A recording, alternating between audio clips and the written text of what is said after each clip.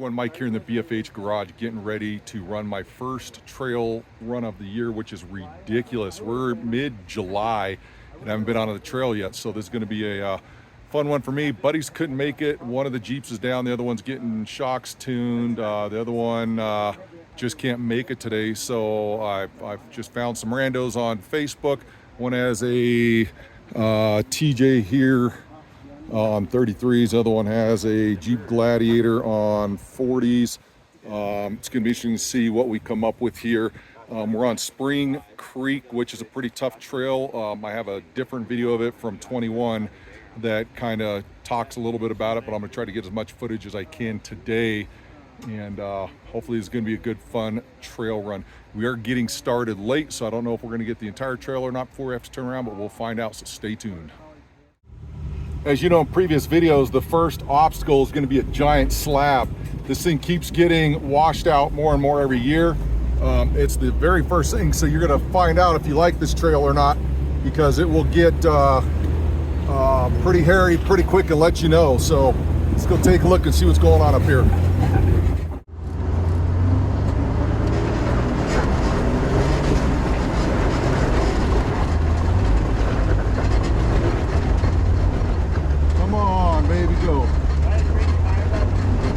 What was that? This way just a little bit. Kind of like stuck on the ledge right there. Okay. Right now,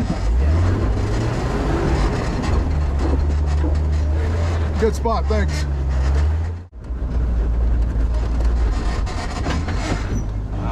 that tire there is climbing. You see what I'm saying? That's climbing because I'm on this down here. That's what makes it tough.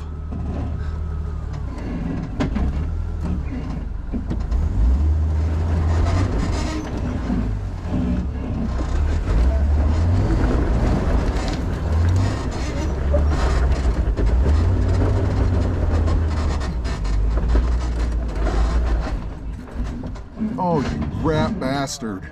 Straight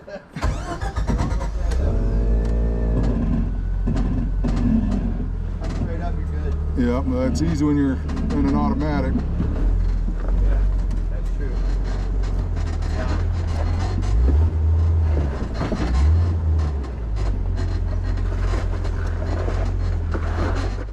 One of the things I want to check out today are how these mini boat sliders are going to work. And if you take a look at this, you're going to see that there's plenty of clearance here, and that is a ginormous rock. Let's help this guy out.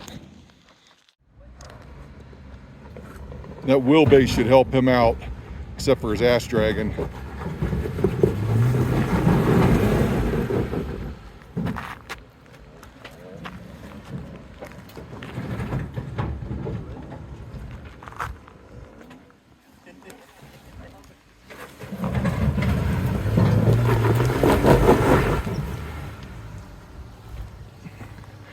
And most people don't know how steep this is right here. So you're about ready to, yeah, you're good right there.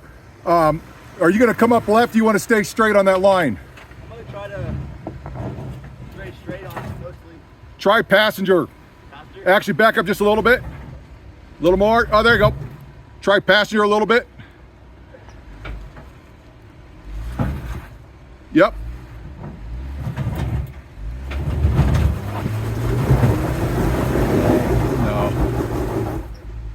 That's the problem with this slick rock like that. That stuff is insane. Yeah.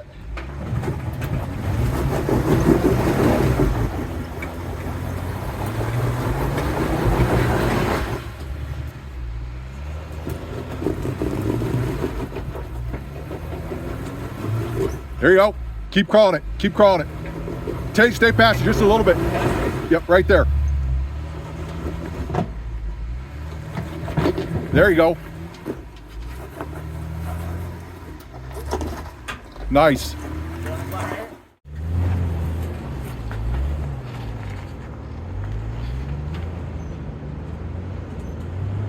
All right, that other TJ opted to go for the bypass, and I'm telling you what, there's nothing wrong with that.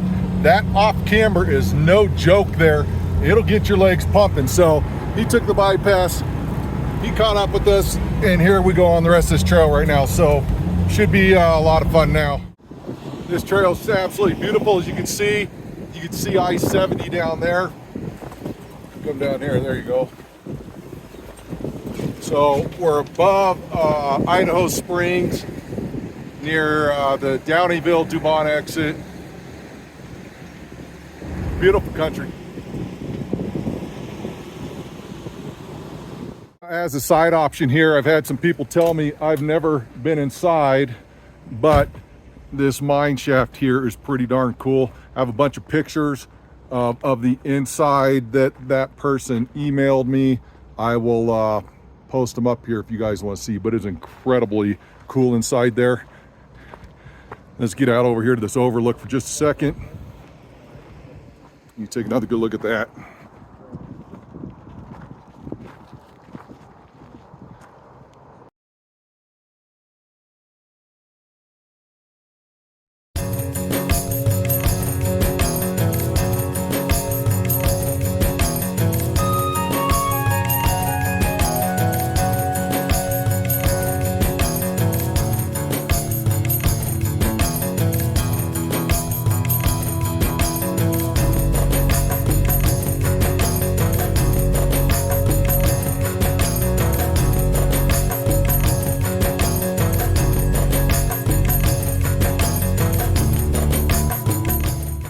So this isn't much of an obstacle here. However, when you're on a 33-inch tire like the guy behind me, this can prove to be challenging. So just got to pick a good line, have some fun with it.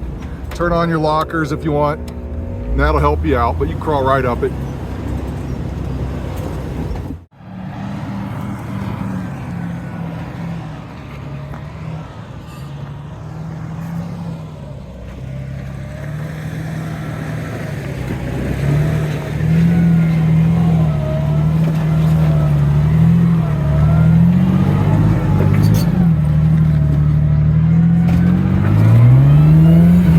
Rear diff. Turn passenger back up. Turn passenger. Yep, keep backing up. Keep backing up, passenger. Keep coming, keep coming, keep coming. Okay, turn driver. And then start going up that. Turn a little bit driver as you go up. What's your dog's name? Nugget. Nugget. Good, there you go.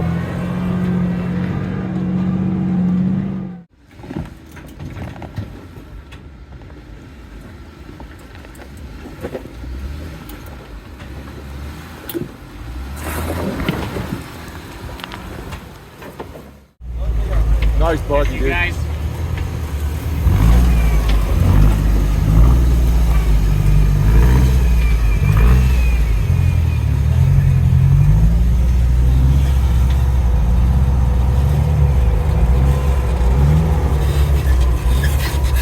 Just you two? Yeah. Yeah. Nice.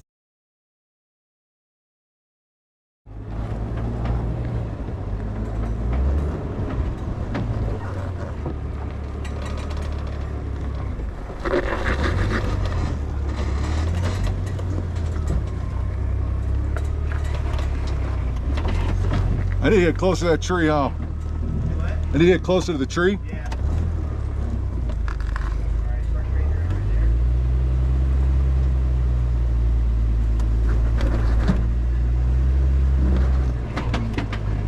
My front end off the ground. there. Yeah, this side is. This passenger side.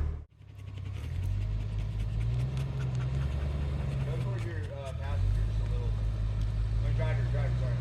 Go driver.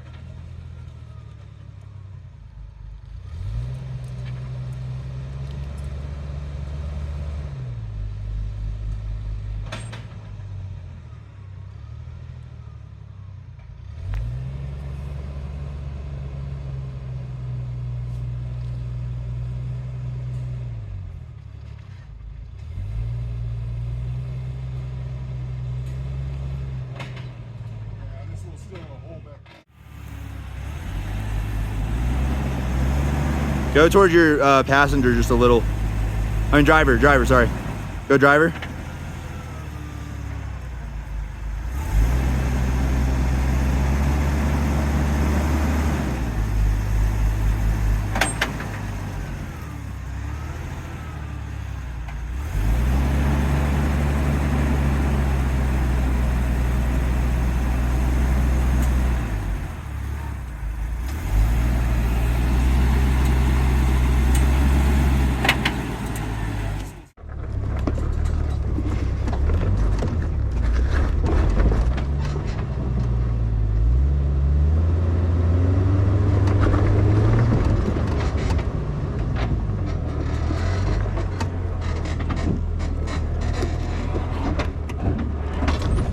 All right.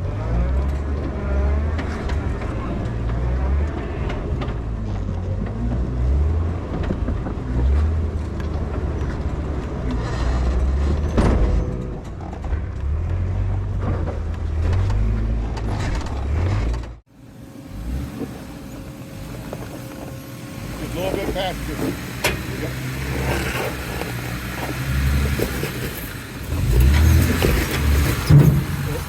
Yep, stay driver, stay driver. Yep, good. Driver. Up on that next rock. Right there, come right off this one here. Yeah, there you go.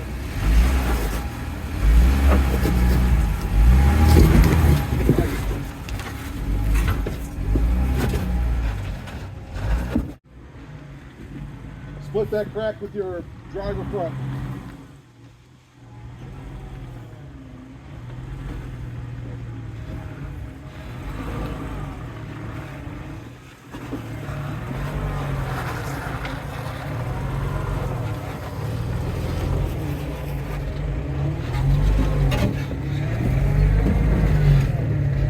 Right on through.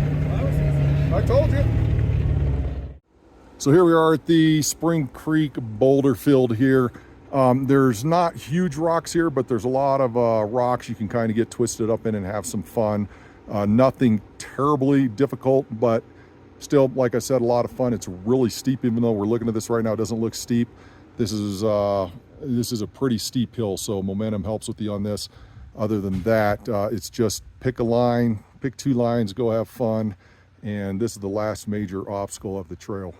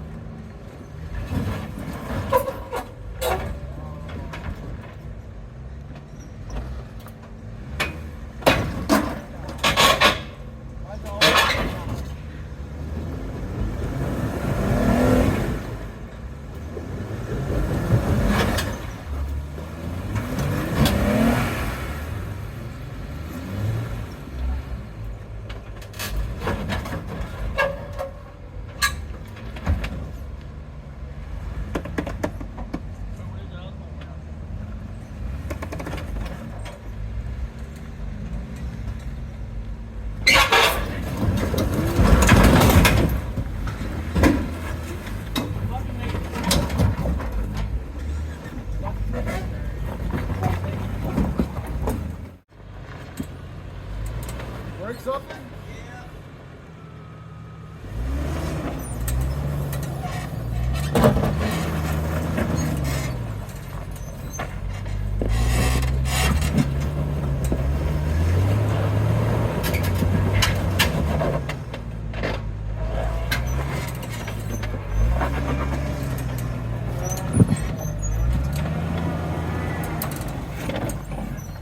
Well, let's go see the damage.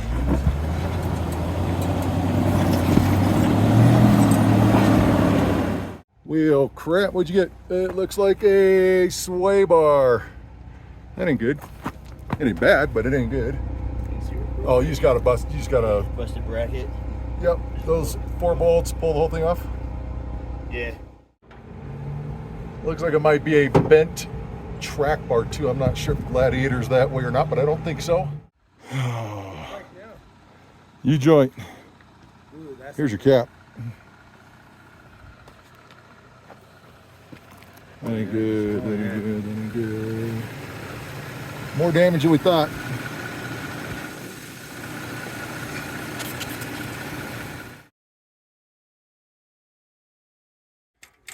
Did we have a conversation earlier on the trail and I asked you if you had chromoly shafts?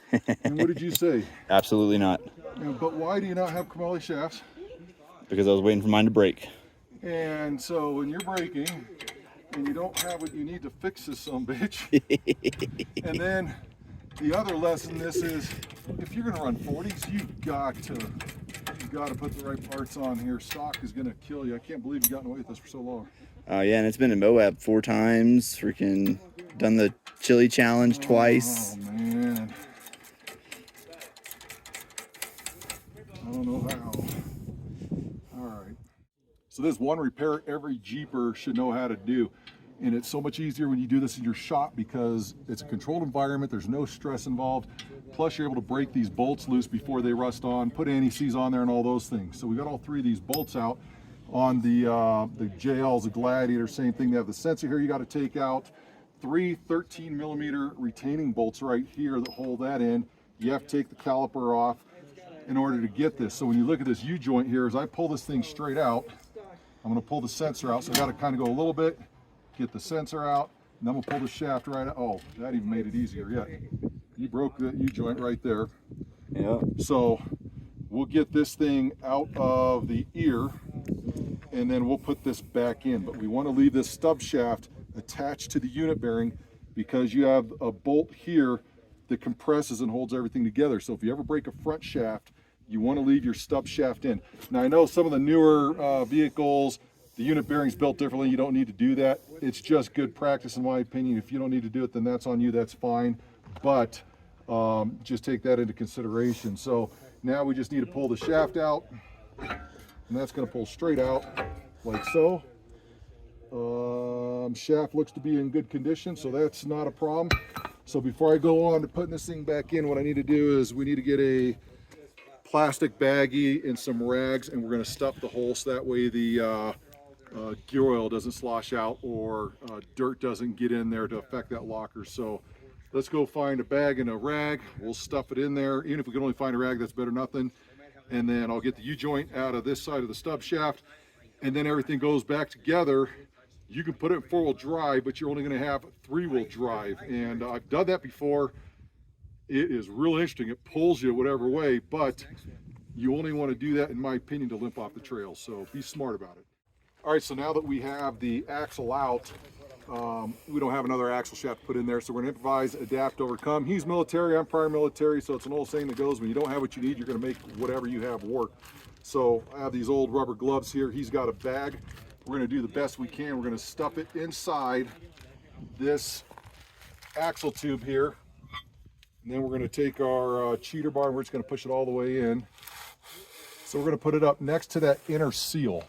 So now, right now that is shoved in next to that inner seal, and that's going to keep gear oil from coming out, but it's also going to help keep stuff from getting inside. So when you get back to civilization and you're ready to make the repair, what I do is I take a coat hanger that has this screwy part on it, I duct tape it to a stick, I put it in there, and I get the coat hanger to grab that bag and pull it right back out. So you don't have to take your entire axle apart. It's a pretty good temporary fix. And I didn't take this out yet. Let's see if we're gonna have to work this out or not. This is gonna be interesting. This should pop right out, but there it is. You want to say that as your trail damage thing? Trophy. So now, it is simple as putting everything back together now, and we're gonna get right back on the road. So we got this thing done fairly quickly. I would say inside of 30 minutes. He's 3-wheel drive. We'll get him off the trail and get him home safely. If you're running big tires, you got to get chromo shafts. You got to. If you want to play big, you got to pay big. That's the way it goes.